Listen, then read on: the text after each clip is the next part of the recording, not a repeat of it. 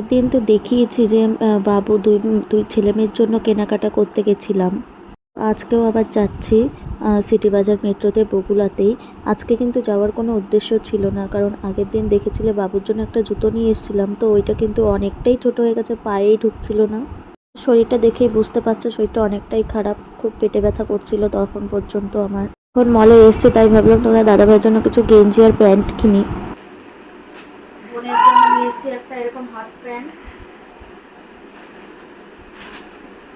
আর এই একটা 3/4 প্যান্ট নিয়ে এসেছি।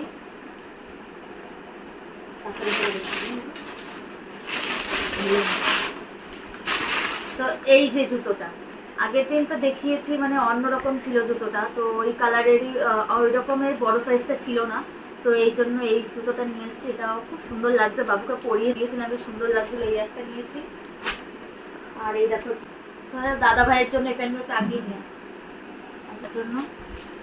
আর এই একটা প্যান্ট নিয়ে এসেছি, এই একটা গেঞ্জি নিয়ে এসেছি, এই যে টি শার্ট, এই একটা প্যান্ট আর একটা প্যান্ট।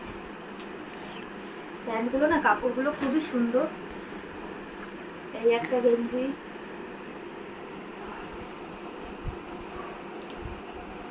এই একটা গেঞ্জি,